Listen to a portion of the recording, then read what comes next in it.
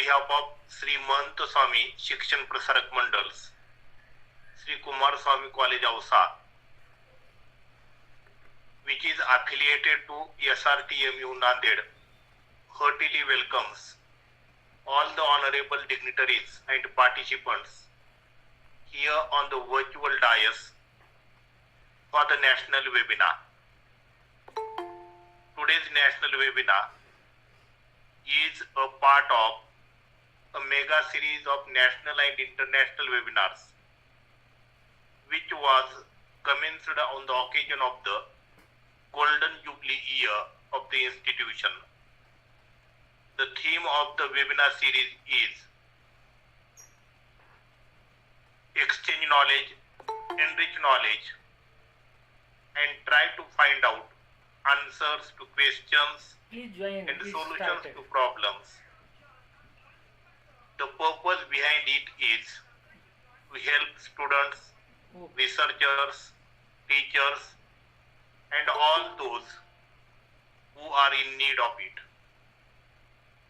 The ambitious project of a mega series of webinars has become successful, and it is due to chief organizer and chairperson of this webinar series, Honorable Principal Dr. M.M. Bedkar sir. In the beginning of this webinar, I welcome him as the chairperson.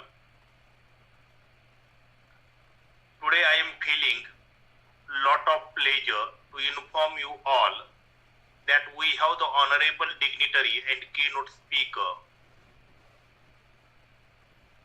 Farheen Najma.B ma'am, who is an assistant professor at Krupanidhi Degree College, Bangalore.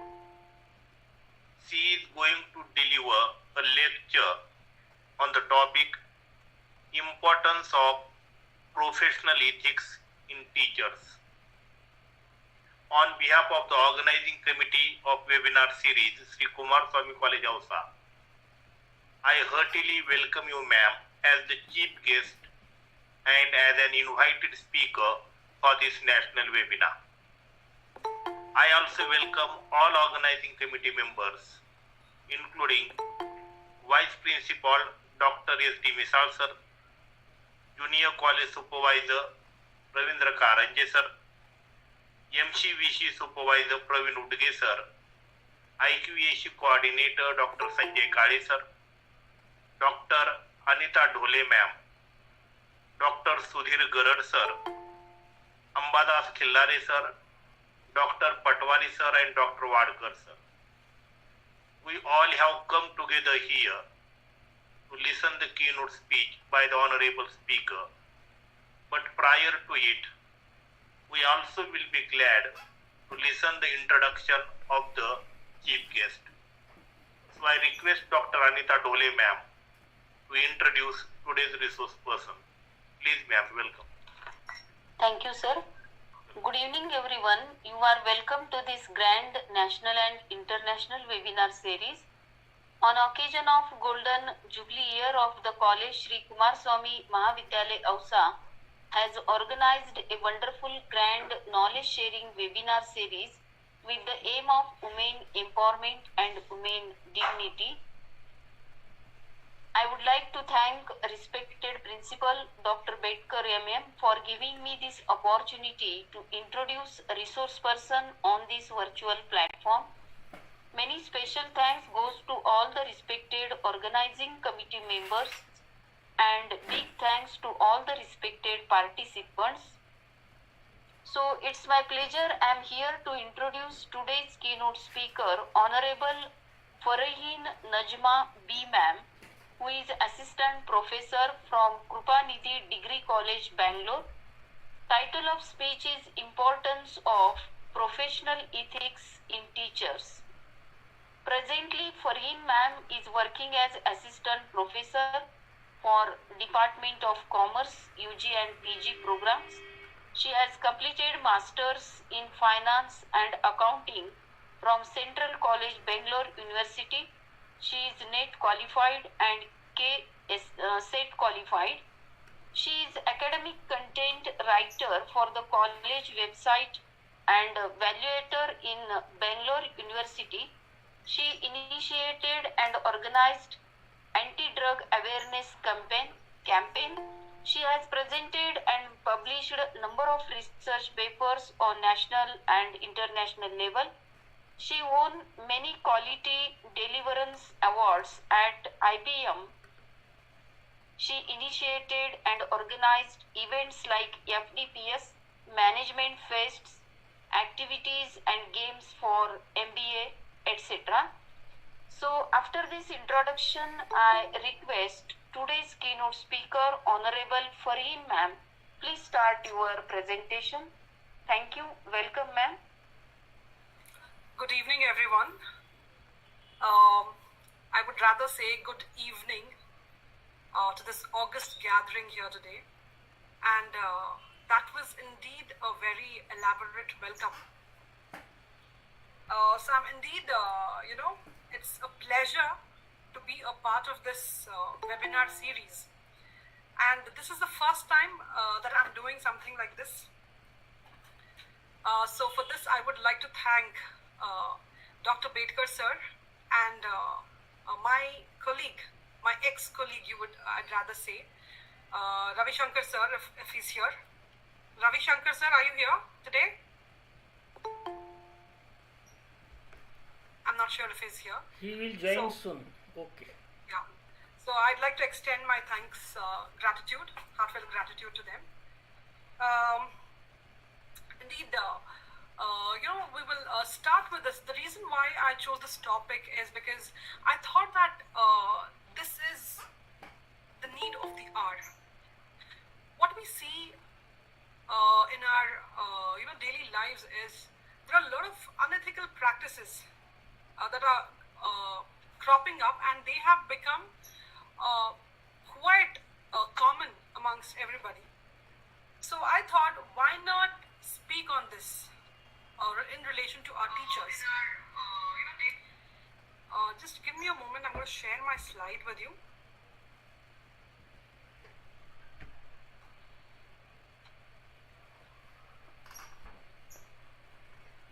Just let me know if you're able to see this. Are you able to? Yes, ma'am, yes. Yes. Okay. So I thought I would take up this topic and let's discuss about it. So what we see quite often these days is that unethical behavior has become quite high profile, and especially you talk about any sector, you talk about any profession. So unethical behavior in the form of it creates some kind of low-level incivility in humans, in people. Okay. Now this unethical practices, they include, the rude behavior, condensing, the voice tone, the tone of speech that we use, and it looks quite normal to us. The rough language that we use, the lack of regard for others. We don't even say a simple thank you if somebody does a favor to us. So this is something, it's a crisis level, I would say, in our society, be it for students or be it for anybody for that matter. So unfortunately, if this trend continues, incivility is in danger of being normalized. So that's the reason I thought it is very important that since we are the teachers, we teach. So we influence students. Our students in future go ahead and they become the greater personalities. So that is the reason I thought, why not talk about this topic with our teachers, discuss about this topic with our teachers, so that we become the influencers and we become the nourishers and nurturers. So I would like to give some examples, where in organizations we see some employees don't think, it's nothing of, they just want to take an off. And when somebody is trying to be really honest about it, it's not valued. His words are not valued. So they're compelled telling, some lies or just present some untruth, because they feel if they say a truth, if they say something, if they talk something honestly, it would be considered as a lie and they would not believe it. So individuals think there's nothing of paying someone under the table, especially if they get a cheap deal. Okay, they think it's quite common. Hope I'm audible to everybody and I'm seen. Hello? Yes, madam. Yes, yes, madam. yes. Because while I'm sharing the screen, I'm not able to see. Yes, you are sharing This, yeah, thank you so much. So there are some employers also who refuse to pay an employee for the total hours worked. These are all unethical practices. And even the professionals too, although we are educated, we are known to have overstepped into these unethical practices, and we've made it a common platform. We've made it a day, our day-to-day, it's a part of our daily lives. It's nobody feels conscious, the self-conscious, the conscience in him, troubling him when you're lying. It becomes very easy. It's become very normal. So, and we don't think that larger corporations always engage in ethical behavior too, when we talk about not just at the individual level, even the corporates, they don't indulge in ethical behavior. Like, if I say, like if the company is selling some products and they come with these advertisements, with a lot of pomp and show, trying to, influence the minds of the consumers in a wrong way, although the product does not have anything specific to offer, but the pomp and show and the advertising is done in such a way, okay, the consumer falls for it. Even if somebody is selling a bottled water and they label it as it's mineral water, and ultimately what is contained in there is just a tap water. So when a manufacturer is putting horse meat into the sausages and then selling them as beef, these are all unethical practices which have become quite common, in our lives, in our day-to-day practices, day-to-day when we meet people. That's what we see. So I would like to quote Aldo Leopold, who says, ethical behavior is doing the right thing when no one else is watching, even when doing the wrong thing is legal. You have to pay a second thought to whatever he's saying. Ethical behavior is doing the right thing when no one else is watching, even when doing the wrong thing is legal. Now, this is something very thought-provoking, which all of us have to pay attention to. We are in a world right now, okay, where the main, there's a lot of globalization. This is the world that we're in, where there's a lot of globalization and there are a lot of competitive practices. This is a competitive world that we are witnessing, and we see that there are diverse changes that are taking place in our educational system. And since the change is inevitable, the main aim and objective of education is changing according to the need, according to the interest and requirements of the learners, changing according to the needs and interests, according to the society, the requirements of the society and the nation as a whole. Now, the concept of being, the concept of teacher and teaching is also changing by the day. And we teachers, as I told you, are the main influencers. We basically help children. We can mold today's children, or today's students are the adults of tomorrow. So a teacher in this plays a very contemporary role. And at the same time, he or she as a teacher has to deliver many duties and responsibilities. So apart from having, good academic performance and professional qualifications, the teachers are expected to also possess the knowledge of professional ethics. This is where your ethics come into the picture.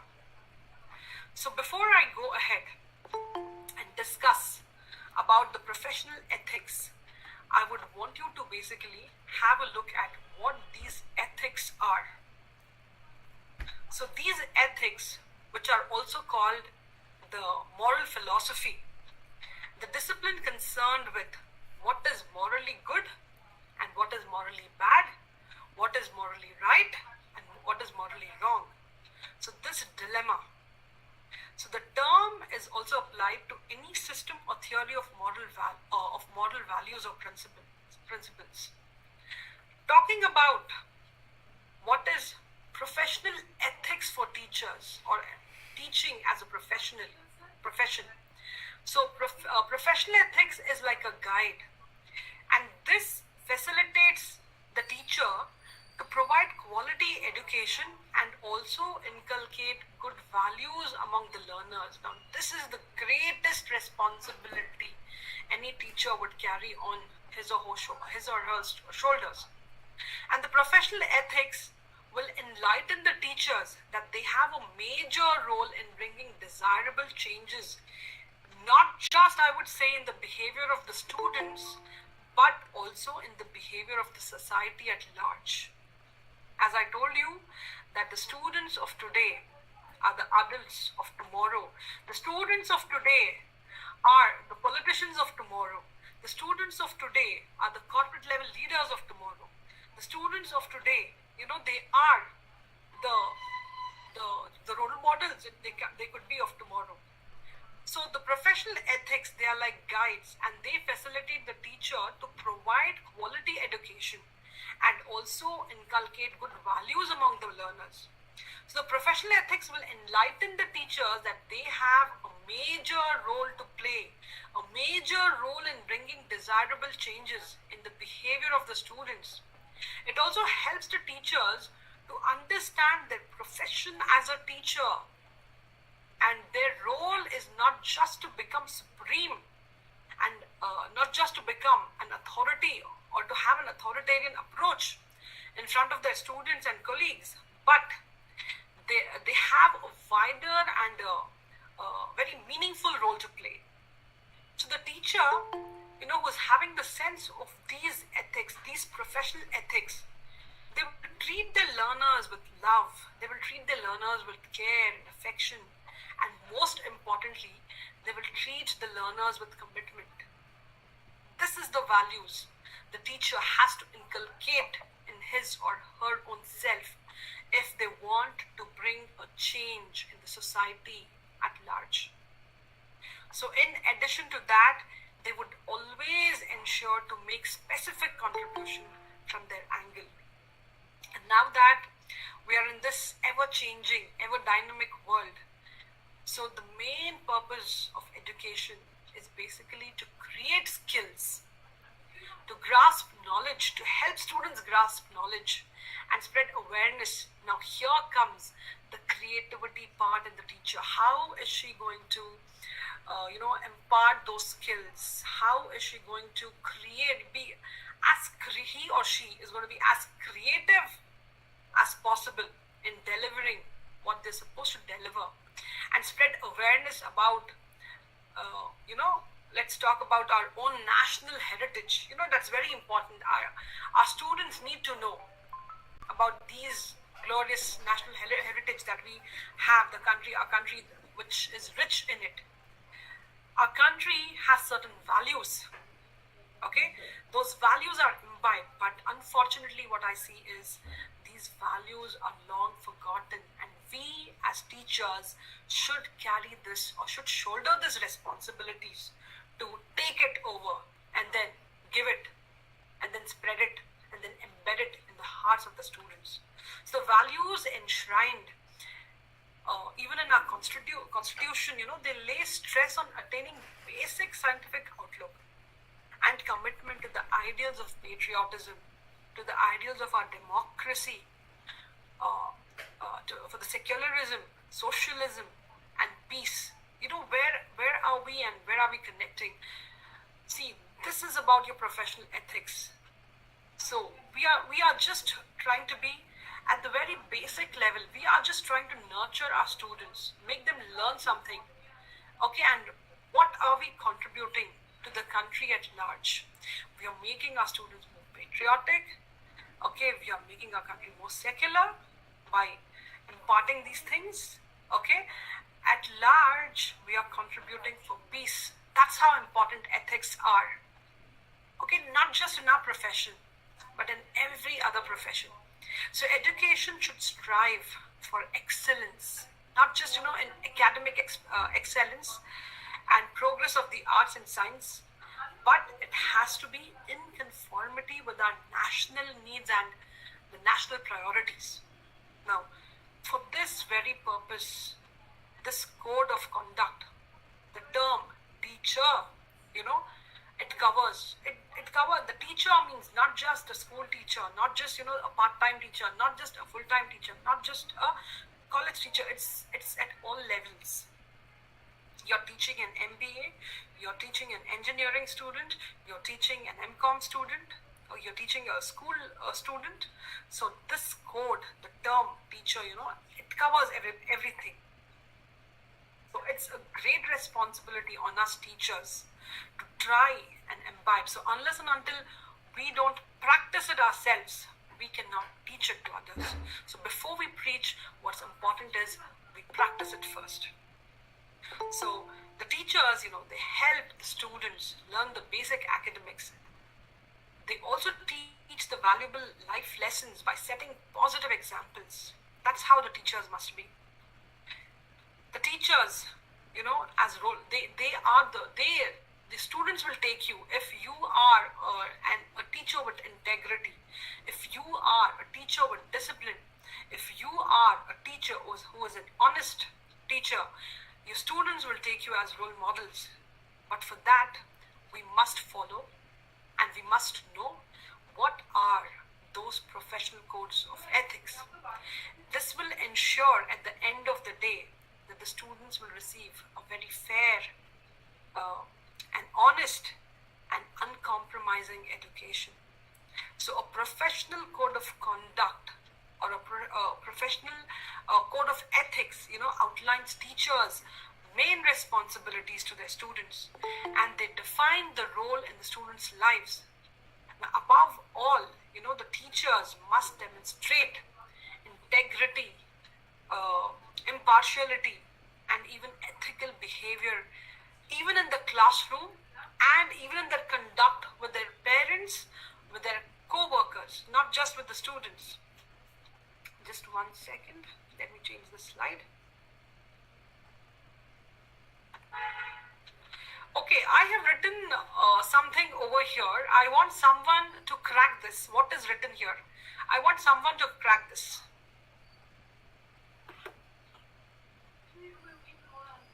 Are we connected? Hello? Yes, ma'am. Yeah, I want someone to crack what is written here.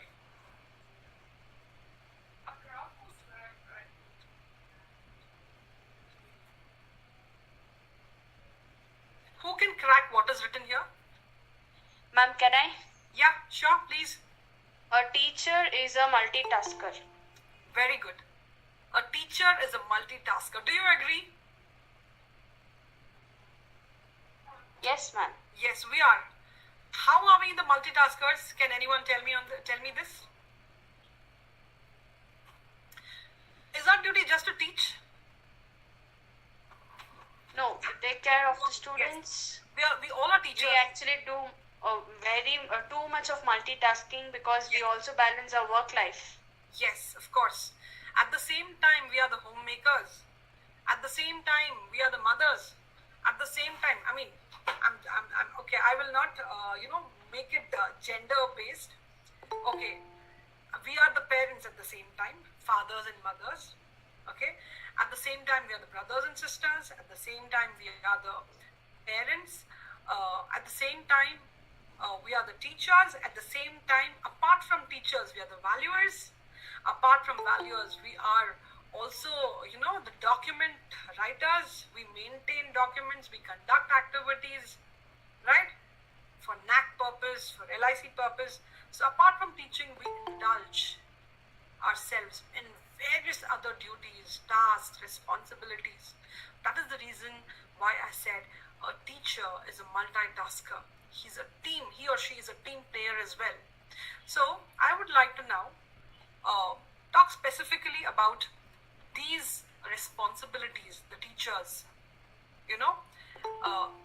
discharge, which comes under the professional code of ethics. Teachers and their responsibilities towards their own responsibilities, teachers and their contribution towards the students, teachers and their behavior with their colleagues, teachers and how they're connected with the authorities, teachers and the non-teaching staffs, teachers and the government, teachers in the society. So teacher is the main, the center of everything, and the all others are the stakeholders. So let's just check these things one by one. So when we talk about teacher, delivering or obliged to deliver certain responsibilities, it's it's for every other stakeholder who is directly or indirectly connected to us as teachers. Now, talking about teachers and their responsibilities, I'd just like to put some light on this. Whoever adopts teaching as a profession, they assume the obligation to conduct himself or herself in accordance with the ideal of the profession. So we are quite adaptable. So a teacher, is constantly under scrutiny. She's the center of everything, attraction, you would say. So he or she is constantly under the scrutiny of his or her students at the worm's eye level, and she's under the scrutiny at the bird's eye level, I would say, the society at large. So therefore, every teacher should see that there is no incompatibility for his or her precepts and practice. So the national ideals of education, which have already been set forth, for which he or she should seek to inculcate among the students, must be based on his or her own ideals. Because, as I said, it's only when we follow, we preach. If we don't follow, we don't preach. So the profession further requires this professional code of ethics. It further requires that the teacher should be. What do you think the teacher should be? As a teacher, you're dealing with many things. So when we are discussing it in the light of professional ethics, what are those qualities that a teacher must have, which are very important?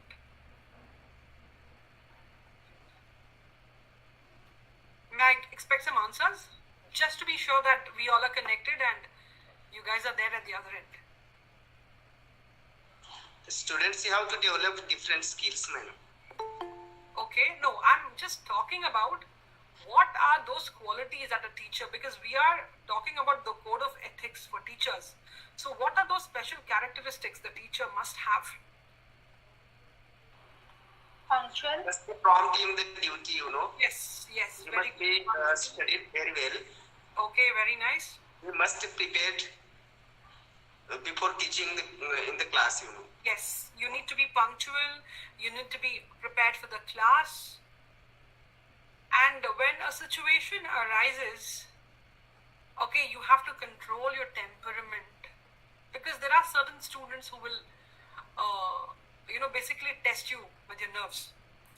So at that point in time, one of the most important qualities the teacher has to display as a professional code of conduct is has to be calm and patient. At the same time, they need to be diligent, they need to be communicative, okay, but they also need to be amiable in their disposition. So a teacher teacher should adhere to responsible, pattern of conduct and demeanor, which is expected of them by the community, basically. And the code of conduct also says for teachers that they have to manage their private affairs in a manner which is consistent with the dignity of the profession.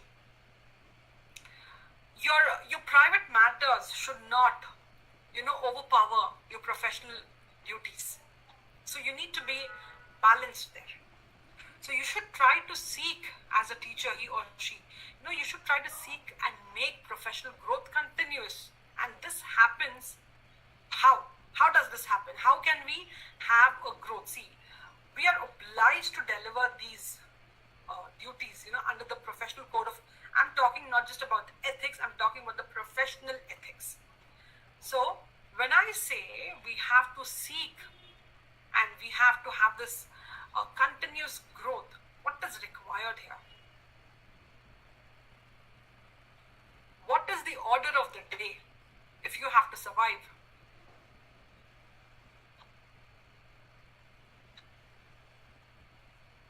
What is the order of the day if you have to survive?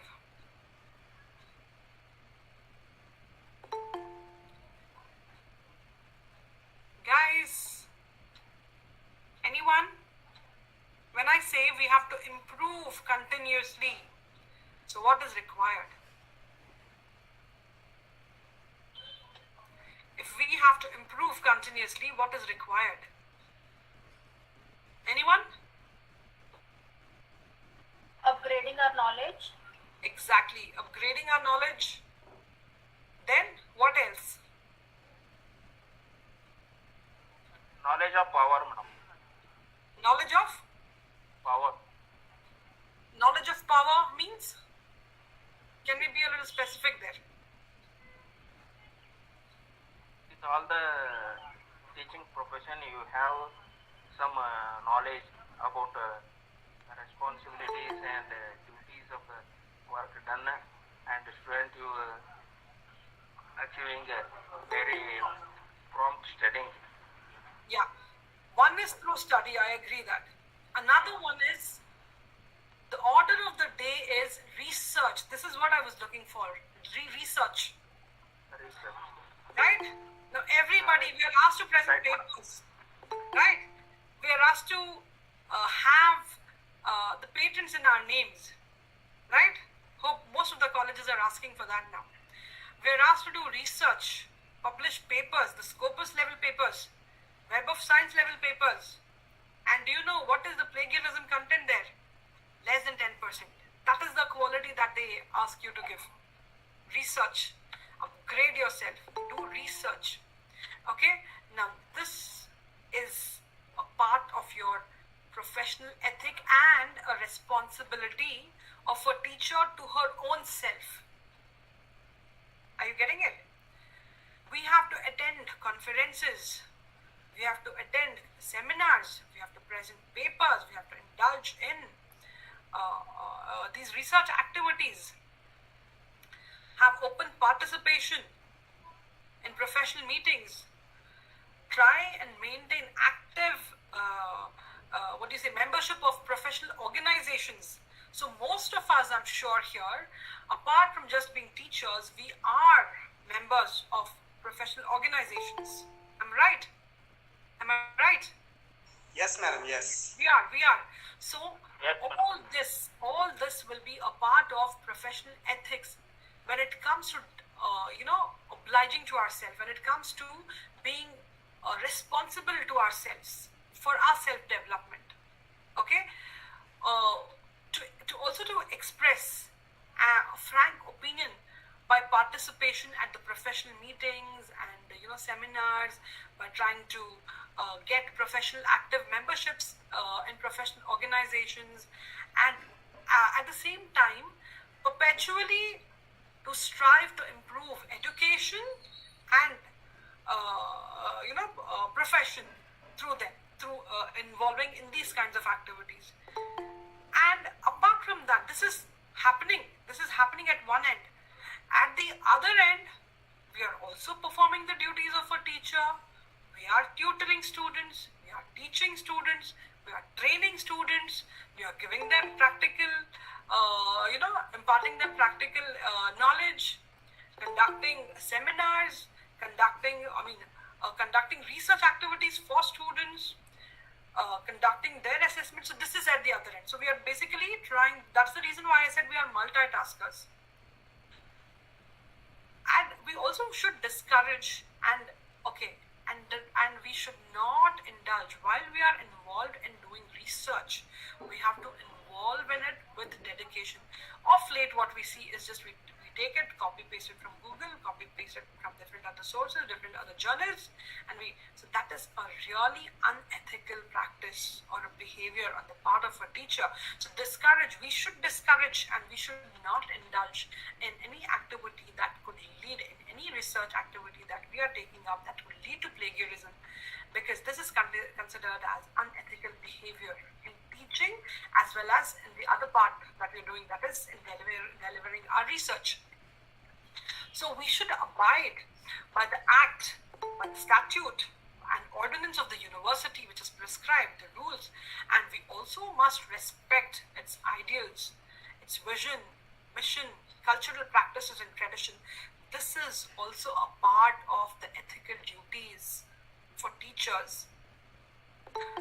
At the same time, we have to cooperate and we need to assist in carrying out the functions relating to the educational institutions of the college or the university, and also, like, let's say for example, assist in appraising the applications, or assist them in admissions, assist them in advising and counseling and mentoring the students.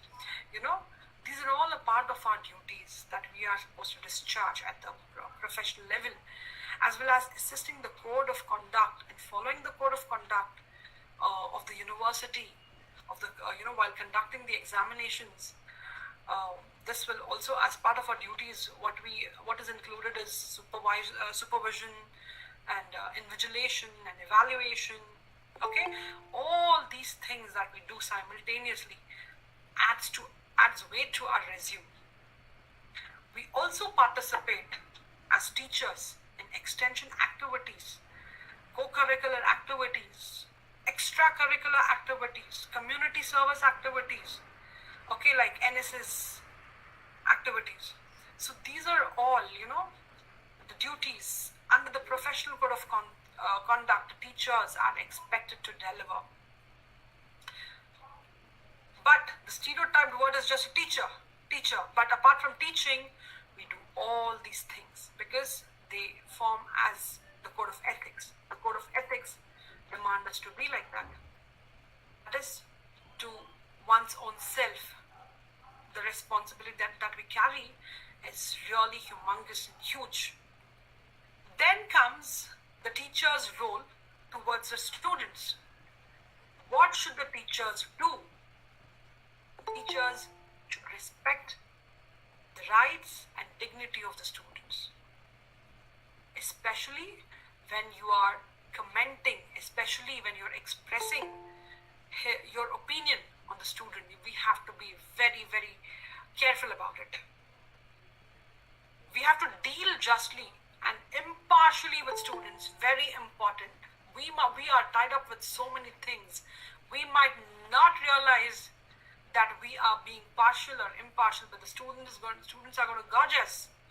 So regardless of their religion, regardless of their caste, regardless of their gender, their political status, their economic status, their social status or physical characteristics, we need to be just and we need to be impartial. Maybe we sometimes might not give a second thought to that because we are so much occupied and tied up with all the other things that we might not pay attention to it.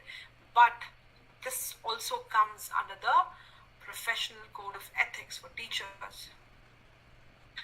We as teachers should recognize the difference in aptitude and the capabilities among the students, and also we need to strive to meet their individual needs continuously. So as teachers, we should encourage students to improve their grades, to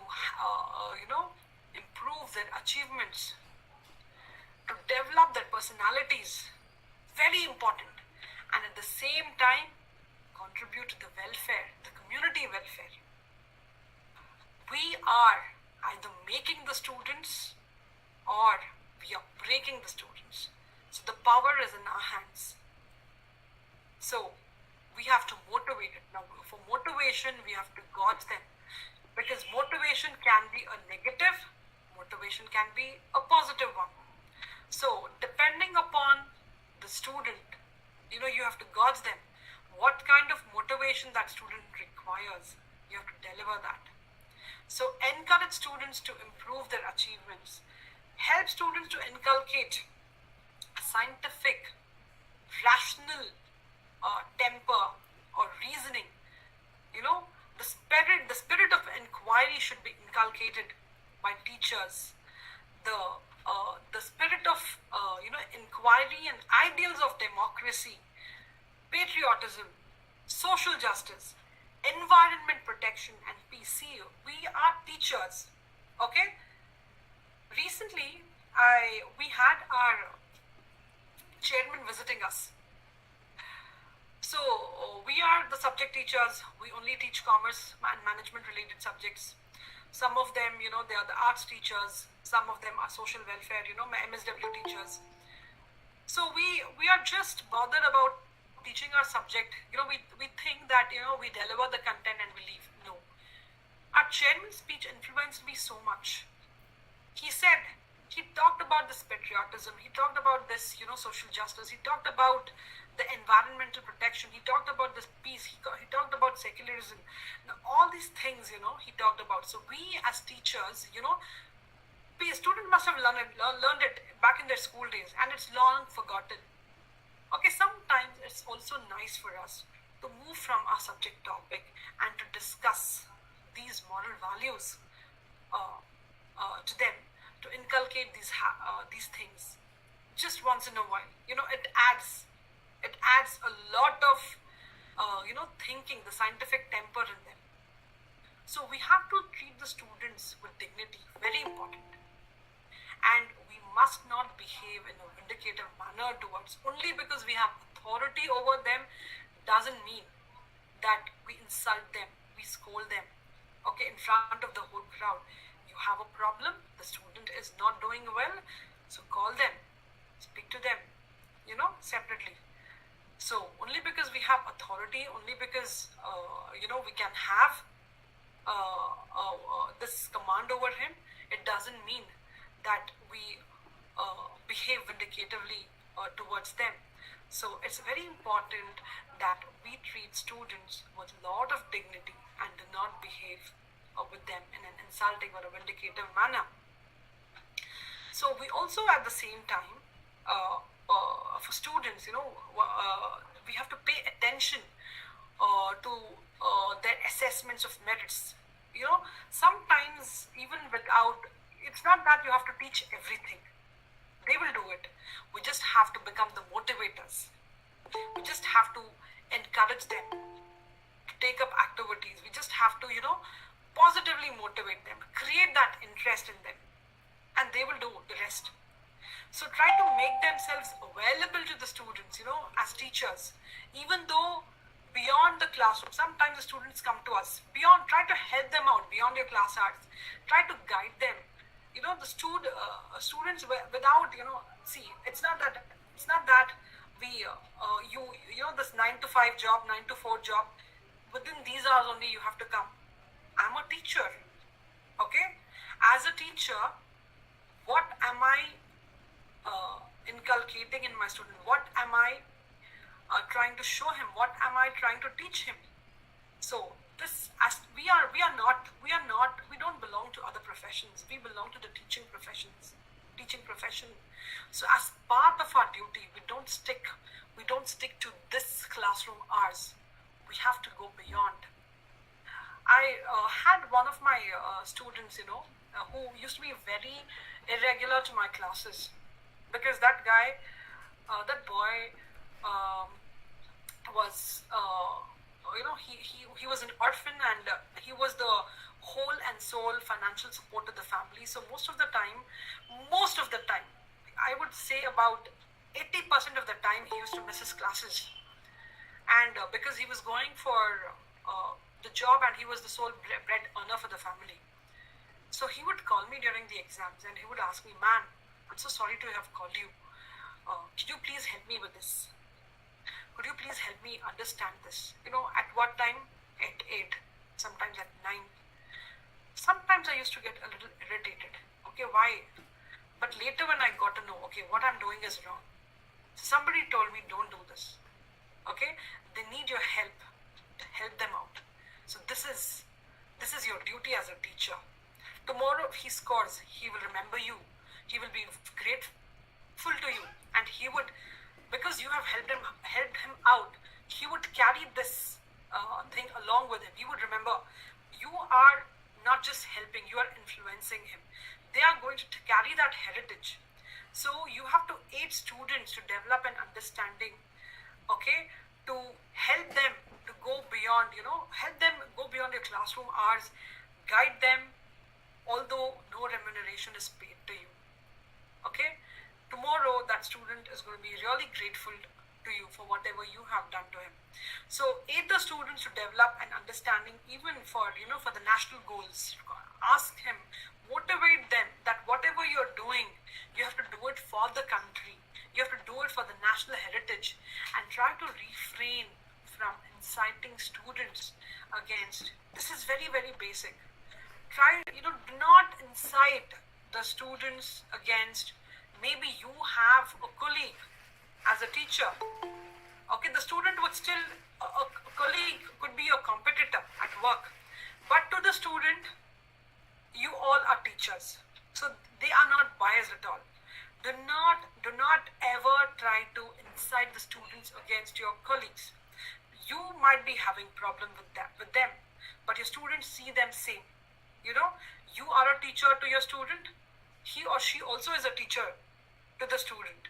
Okay, do not ever try to incite your students against the administration, because these are part of your professional ethics.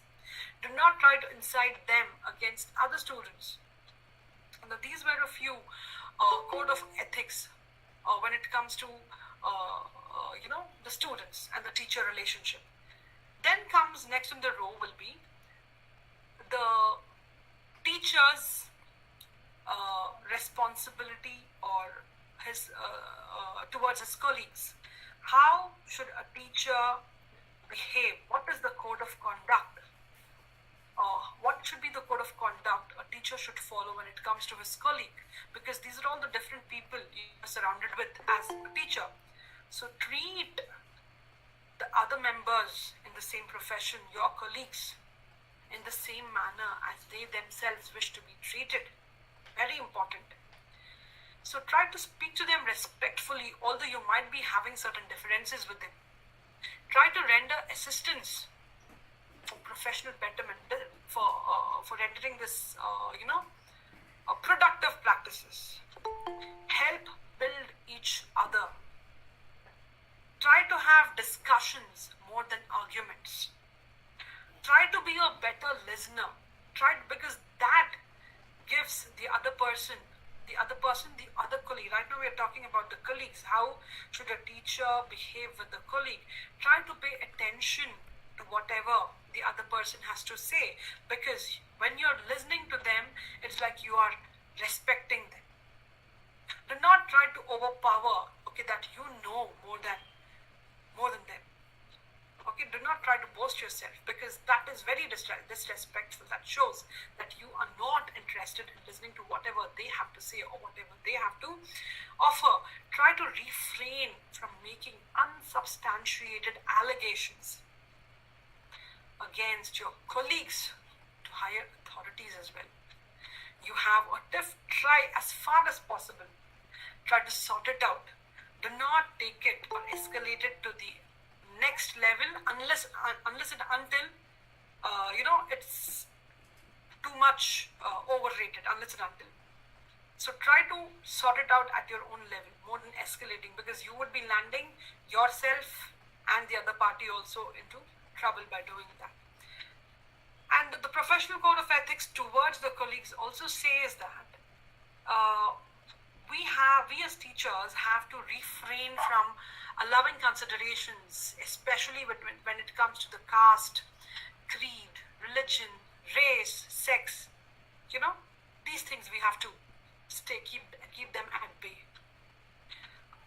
Next in the line comes the code of ethics for teachers when it comes to the authorities.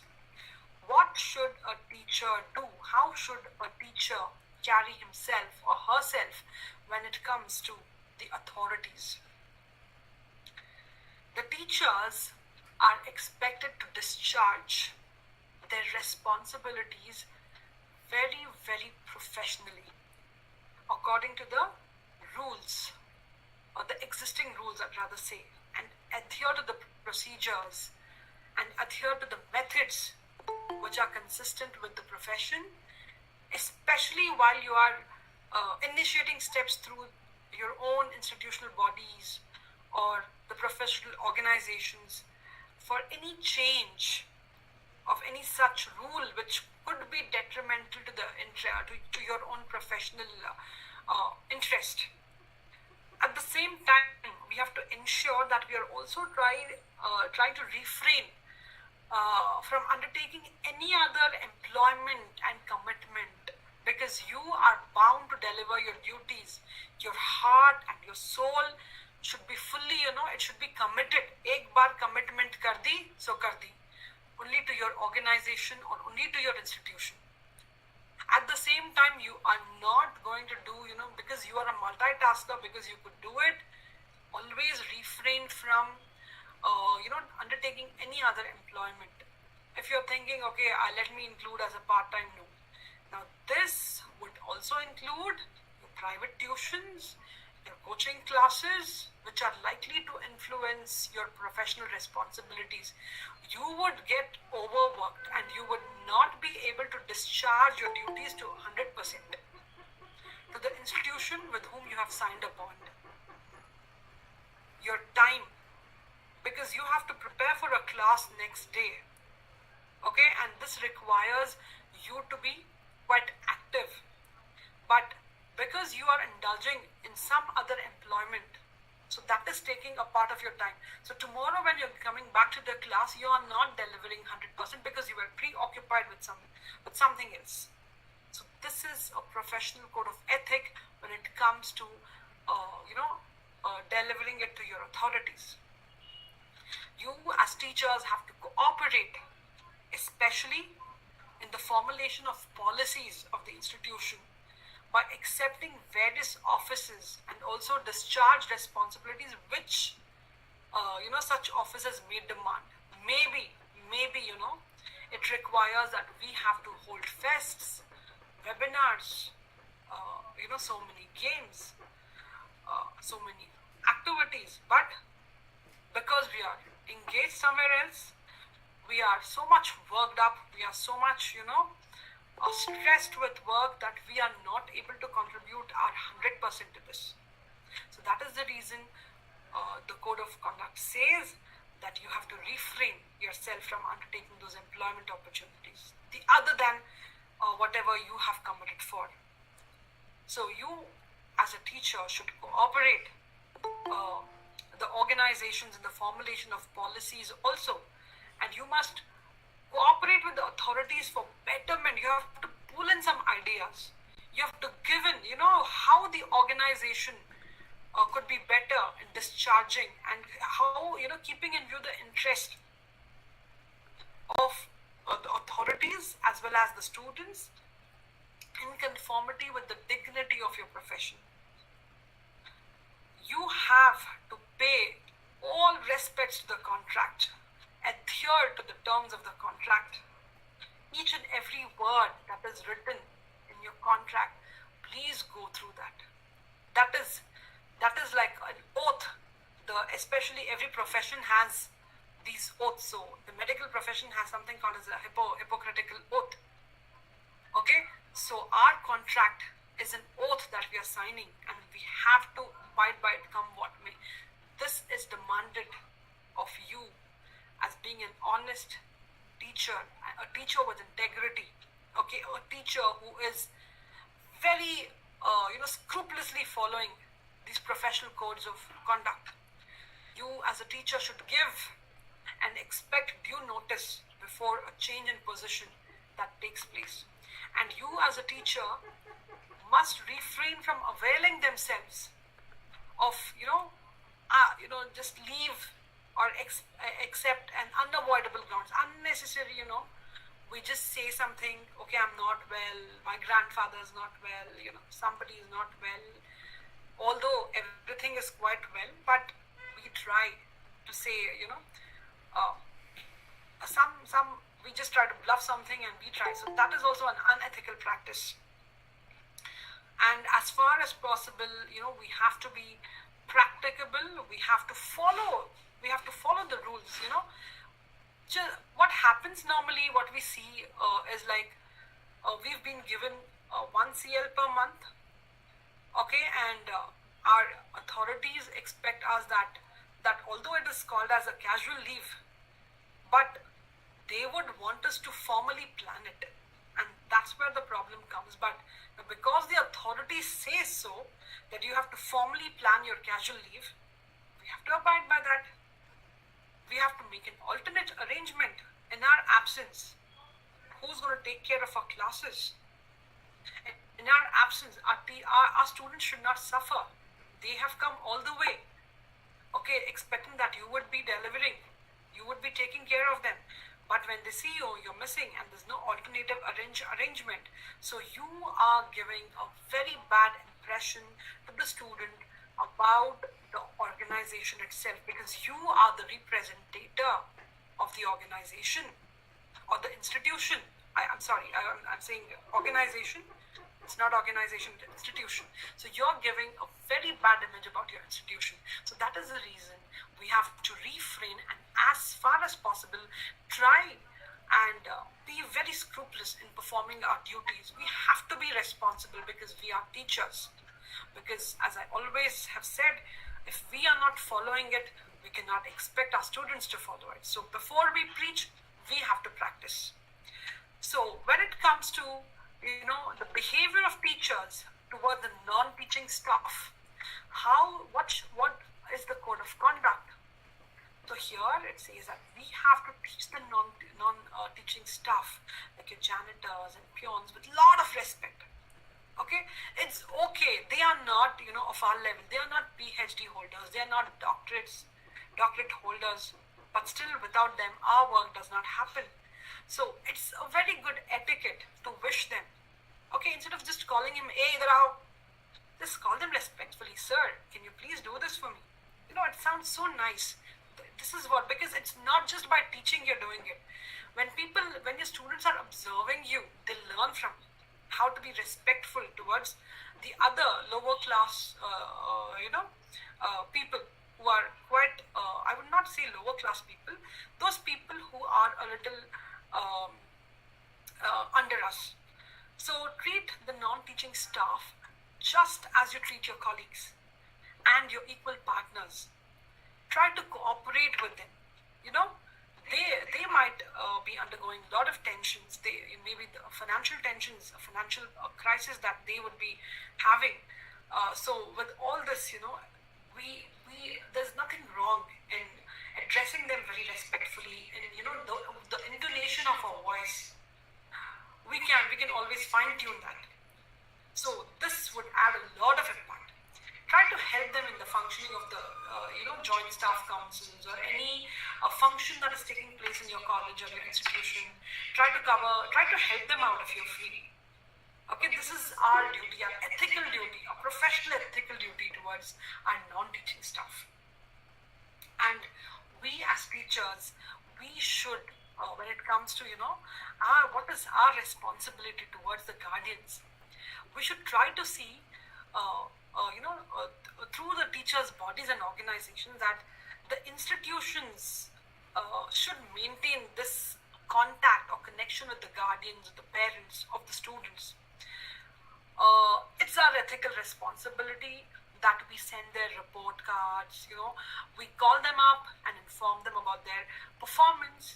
This normally happens, but most of us, I've seen, we try to evade from these responsibilities. But it is the right, I would say, it is the right of every parent or guardian to know the performance of the students. So maybe at the school level they do it, but at the college level we normally don't pay much attention. That needs to be done. But I would say it is very important that we start doing this, because these are the very crucial years for the students. And most of the students, they leave their native places and they come to a place like Bangalore, where you have a lot of opportunities available. And in the Bangalore, there's a lot of limelight, there's a lot of distraction here. Most of the students are not staying with their parents, they're not there with their guardians. Okay, they somewhere tend to lose that track. So it is our whole and sole duty that we keep their parents or their guardians updated about their progress, updated about their performance, their attendance, their assessments, send them reports, inform them about their performance whenever necessary. Try to conduct this PTAs as frequently as possible, so that the students should know that we are the second parents, watching over them, tracking them. Keep their parents informed. Some of the parents are so busy that they don't give a second thought to this. Make them, convey them that we are bothered. So this gives a very good impression about your institution as well, because you as a representative, it adds value not just to you, even to your institution. And this helps, this kind of meetings, meeting the guardians in the meeting, conveying them. You are especially, convening these meetings for the purpose of mutual exchange of ideas. And, it also benefits the institutions, it also benefits the ward, their ward. It also, gives a very good impact even about you. That shows how responsible you are. Then lastly comes the responsibility of the teachers towards the society. Am I going too much out of time? How much time is left with me? It's not limited, but it should be expected to conclude. Yeah, just another 10 minutes now? Yes. Yeah, let me just complete this. Okay, what is our responsibility as a teacher to the society? Very important. As teachers, we should recognize that education is a public service, and we should strive to keep the public informed about the educational programs which are being provided in the interest of the society. Try to work to improve education in the community and strengthen the community's moral and intellectual life. This is the duty of a teacher, and this is where your NSS activities, your extension activities come into the picture. We as teachers, we have to be aware of the social problems, especially these things are done by the MSW, the social works department. They are more into this. So we have to be aware of the social problems, and we have to take part in such activities. I don't think so there's any harm in the teachers who are part of the science stream, or the teachers who are part of the commerce and management stream. I don't think so there's anything wrong that we also start actively participating in such activities, when it comes to hosting anti-drug awareness campaign, or hosting planting of the trees, contributing to the nature, pollution control, trying to, encourage students to take up and participate in the society welfare activities. Beware of social problems and, take part in such activities, and it would be very conducive to the progress of the society. And the student also becomes very responsible in this, in understanding what is the need. Otherwise, they become too much, robotic when it comes to too much programmed. Okay, this is what, I'm doing only cost accounting, strategic accounting, financial. Okay, this is what I know, but beyond that, what is it that I need to know? Beyond that, you need to know what are your responsibilities towards the other parts of the society. So perform the duties of citizenship is very important. The students, we have to encourage our students as teachers. We, along with our students, should participate in community activities and shouldering the responsibilities of the government. And then try to refrain from taking part or subscribing or I would say assisting in any way any of those activities which tend to promote the feeling of hatredness or enmity among the communities or religion on the basis of religion or language. Such activities, we as teachers, we should refrain it. Otherwise it's like we are instigating the students, which would not contribute to the national integration or harmony, but disintegration. So that is really bad. So then that is the reason why, just 1 second, let me just change this slide. I'm done with it. I'm so sorry if it's like prolonged. I'm done. Thank you, ma'am, Yes. for your very good lecture on the topic. Now, after this keynote speech, I request participants, if you have any doubt or question, please ask.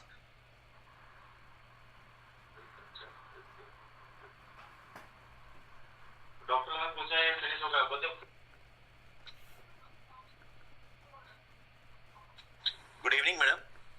Good evening, sir. This is Badruddin Ahmad from Hyderabad. Yes, sir. I couldn't hear your complete lecture because I was just traveling from my university to. Immediately I joined it program. But last few lines are very important. But as a school teacher, we need to have to discharge here from teaching to other duties also. Really speaking, even in teaching, are we really doing our job sincerely, ethically, morally? That is a big question mark. Exception to the few, many are not discharging. I am sure that. Yes. That is. Yes, I have seen this, and that is the reason why I thought I would take up this topic, sir. I have also seen, especially when you go for valuation, you will Yes. find these practices. Very erratic evaluation. Very Yes, erratic evaluation. teachers, they are valuing the scripts, and they are not even reading the answers what the Yes. students have written. They are pushing. The other teachers who've come there. These are the things that I have witnessed myself, and I thought that someday, if ever I deliver a talk, I would talk about this professional ethics. And this time, I got this opportunity, and I'm very thankful that I got this opportunity to express what I thought is important. That is important to be inculcated, which is a long forgotten thing in the teachers.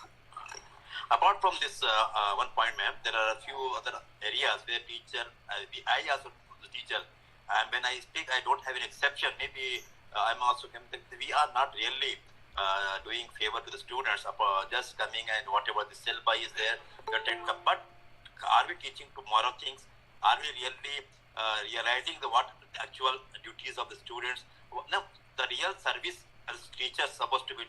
Because the most respected community in the world is teacher. Of course, in India, unfortunately, we are downloaded. But in other countries like Russia, like Japan, like Germany, and other Korea, they are most highly respected because they do a lot of service to the nation.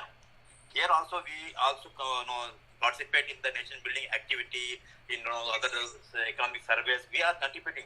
But the actual role which has played by us as teacher, nation builder, we are feeling some or the other way. That's my perception. And Yes, how sir. we need to overcome this. Kindly just highlight Yes. it, people. I would like to say no other profession is doing this, what the teachers are doing. We are going beyond our boundaries and limits in discharging our duties. Our duty is not just teaching the child. It's about, as I discussed in my topic, it's about the community service that we have to offer. Our responsibility towards the guardians and parents, our responsibility towards our own selves by discharging the duties. So no other profession is delivering what we are delivering as teachers. No other profession. Everybody else gets paid, okay, for whatever they are doing. We get paid. I guess teaching profession is the one which is the least paid profession. Exactly, you are right, madam. That is it. And most thankless job nowadays is most thankless job. Especially in the private sector education institutions, they are being used as no value as a teacher. The colleges. The best example of this COVID-19. Most of the teachers are forced to on the road. They do all odd jobs and odd businesses. Really, it's a pathetic condition. We are supposed to take care of teachers, And once teacher Yes. taking care of, definitely I think once we take care of them, then they will do discharge duty with honesty. That's what my perception. And this is to be again, as I'm working for certain university, Bitka Sahab also working for in college, and we need to have certain sort of norms. We need to develop ourselves. Some charter we need to prepare for our community. See, Yes. you do this, definitely things will be in your favor. Yes, sir. And that is the reason, although my background is not at all this, my background is totally, about finance and accounting. I could have taken up a topic which is quite, related to my subject. But I thought, no, let me take up this because this is the need of the hour. Because we are somewhere contributing directly or indirectly to the building of our nation. We are influencing the today's youth. So that's why we Absolutely good topic and need of the hour. We need to evaluate, introspect ourselves. What Yes. best we can contribute from our side. If we do it, definitely things will be in our way. Definitely, Definitely it's going to change. Definitely it's going to have impact. yes, exactly. It's because we are the brand ambassadors. When we are following this ethics, we become the brand ambassadors of that. We Yes. are, and we will somewhere, because the students, I told you, we are always under the scrutiny of the students. The students are the ones who are watching us day Yes. in and day out. And because they are watching us, they will certainly learn from us.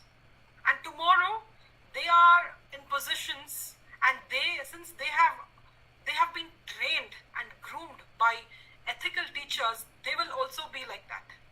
True, exactly. You are Yes. right. So this is where it starts.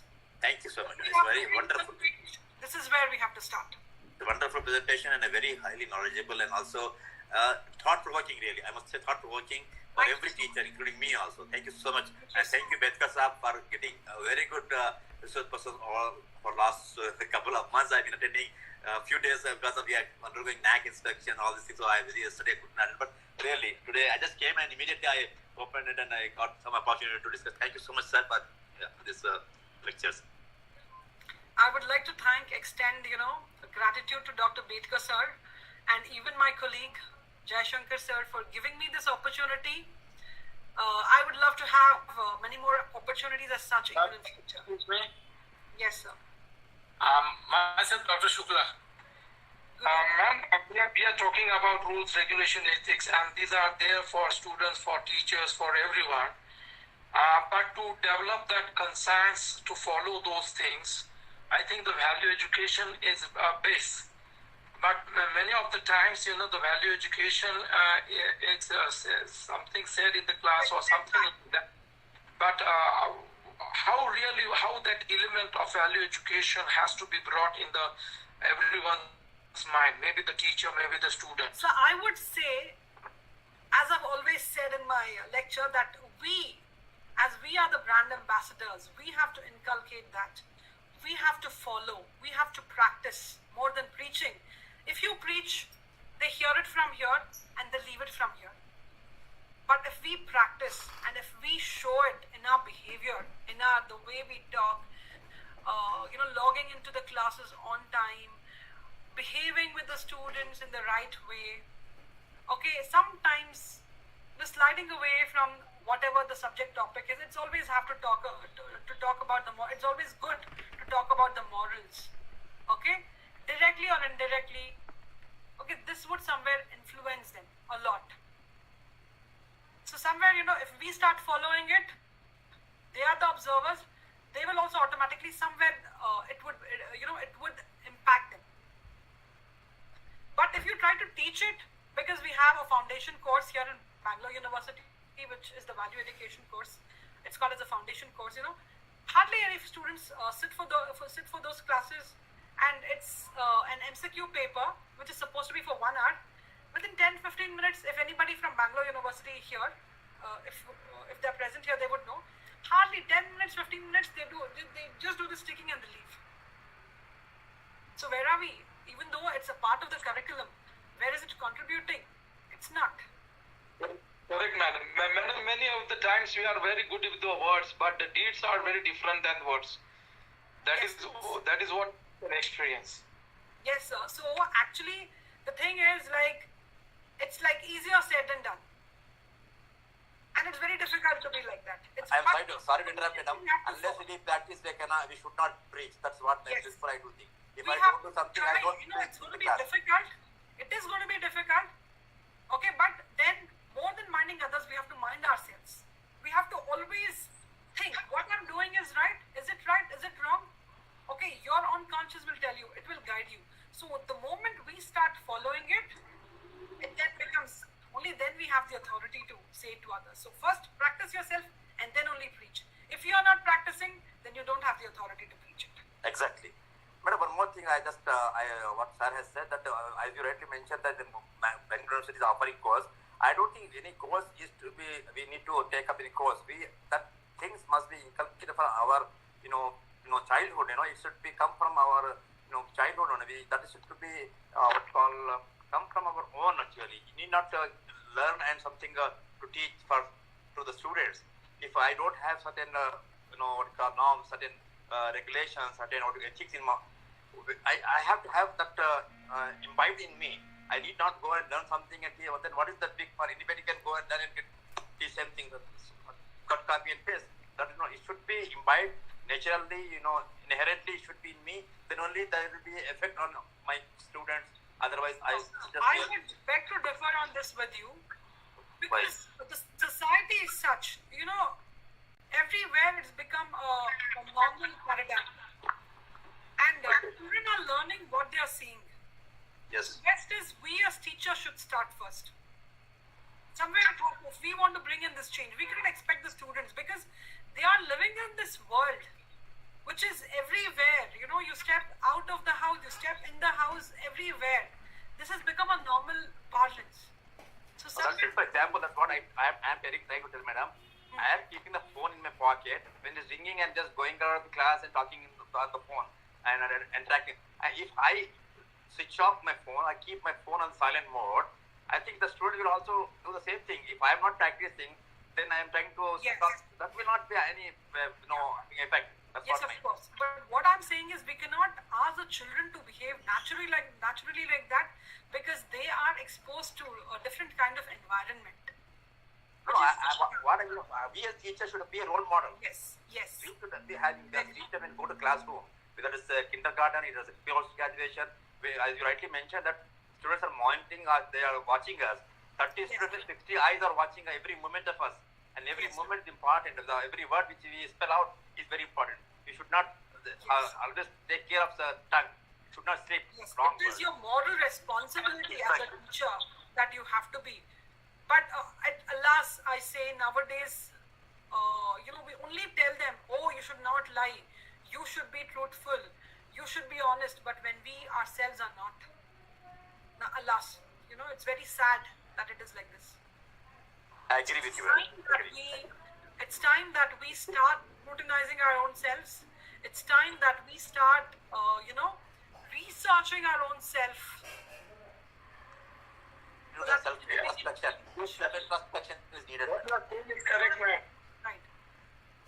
Thank you, ma'am, for giving a very comprehensive explanation for this.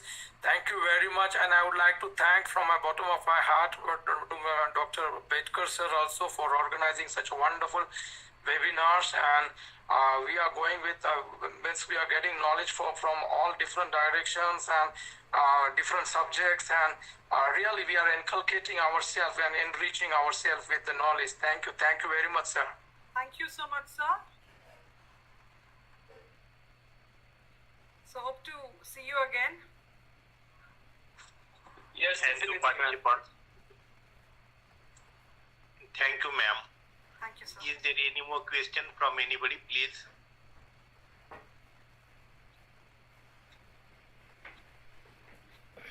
No question, sir. You can proceed.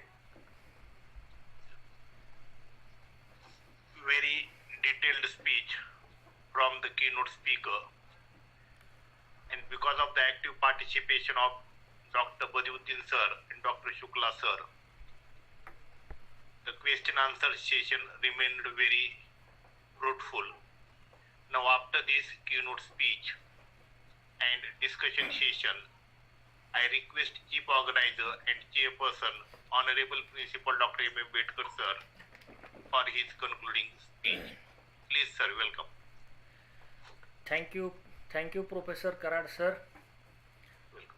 Today's resource person, Farheen Najma Madam, Assistant Professor, Krupanidhi College of Bangalore, and who talked on importance of professional ethics in teachers.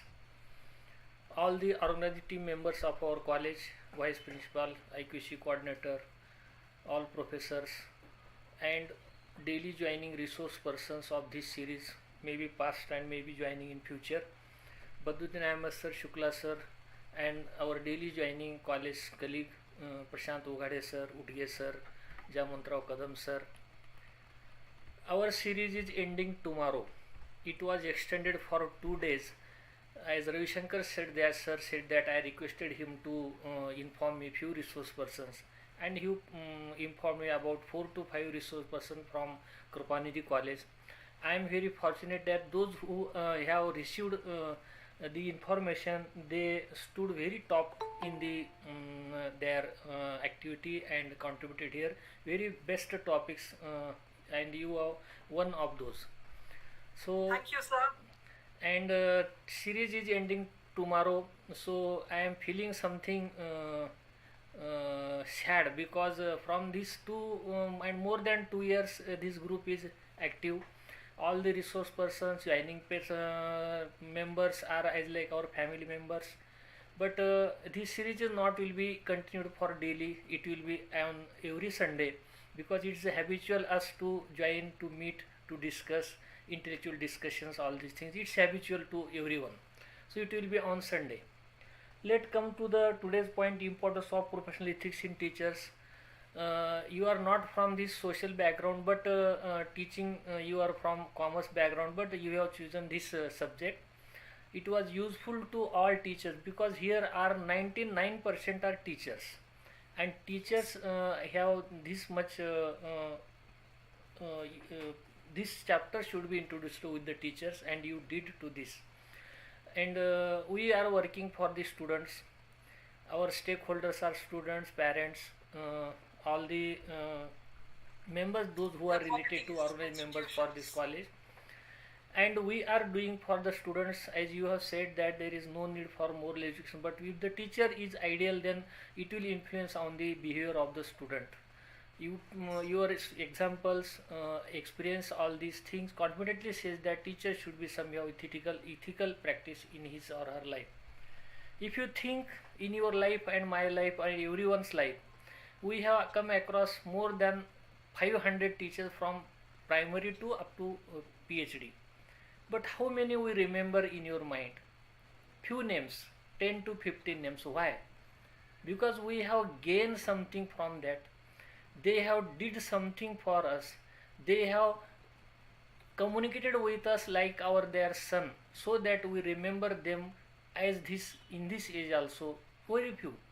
So it's our good thing is that when student leave from our school or college, he should remember the complete life to us. Oh, that teacher is very nice. Why? Because we did something for them. We have to try to something for them. So the programs or anything we organize in the college as a extracurricular, co-curricular extension activities, these should be meaningful, and students should get something from that. We should give objective of that to have a best citizen in his or her life. At last, I would like to give an example to you, madam. My younger brother was for the BMS studies, and his 4 years also he stood 3rd or 4th in the merit. As Badruddin sir said that we can't do the ethical practice in our practical teas also. He was top in theory, but in practical they purposefully stood him 3rd, 2nd, 4th, not top throughout the career. In theory he was top. So why this? Students are students. If someone is doing right, we have to recognize to them. So all these things, ethical practice should be kept with us, so that our job should be enjoyable, remember for us and for the students also. Thank you, madam, for discussing best topic with best PPT. We are thankful to you from all organizing team members to you. Thank you, madam. In future also we will invite you on this topic or any other topic. Thank you, madam. Thank you, sir. Thank you. 1 second, sir. Don't log out. Somebody was asking for my phone number. Yes. I will just share this thing Yes, here. yes, you can share, because we will keep this 5 to 10 minutes for filling up the link. Email address. Yes. I think. You Now at the end, I asked Professor Badiuddin Ahmed. I'm from Hyderabad, Mohana Azad Central University. We have students of MBA, MCom, or undergraduation, BCom, and so we'd like to have your lecture on such topics. We have subject like ethical behavior, one subject, and ethics and corporate social responsibility. So it would be very useful for them. That's the reason I just asked you for mail ID or telephone number. Yes, sir. I've just put it over here. I'll just. If there is problem, I will share to Badiuddin Ahmed sir. He is Dean of Commerce and Management from Hyderabad University, daily joining member, and very active to invite the resource persons. Thank you, sir. Thank you, sir.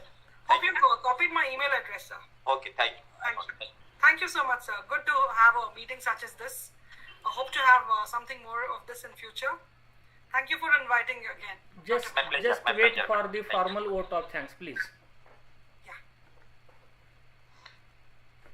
now on behalf of Shri Kumarswami College Ausa, I am here for vote of thanks. First of all, I would like to thank Honorable Keynote Speaker Farheen Najma.B, who has accepted the invitation of our college and delivered a very nice lecture on the topic professional ethics. The topic was very illustrative and a number of examples were given. We understood it very well, and this is very useful for us. And ma'am has given the message through her keynote speech that we should not only teach students, but we should shape the students. So thank you, ma'am. I also thank chief organizer and chairperson this webinar series, Honorable Principal Dr. M. Bedkar sir, for his continuous efforts to run this webinar series. Thank you, sir. I also thank participants for their active participation from the beginning up to the end of the webinar. So thank you, participants. I thank Dr. Anita Dole ma'am for introducing today's honorable speaker. And now I request participants, do not forget to fill feedback link. We have your certificate. And at the end, with the permission of chief organizer, I announce here that today's webinar is over. Thanks to all. Thank you very much. Sir, excuse me. Can you please share the feedback link again? We have missed it out. Yes, ma'am. Yes. Thank you, madam. We will close this after few minutes. You can leave and take rest. Thank you, sir. So shall I leave the meeting, sir? Yes. Perfect. Okay. Thank you, sir. Good day, guys. Thank you so much. Thank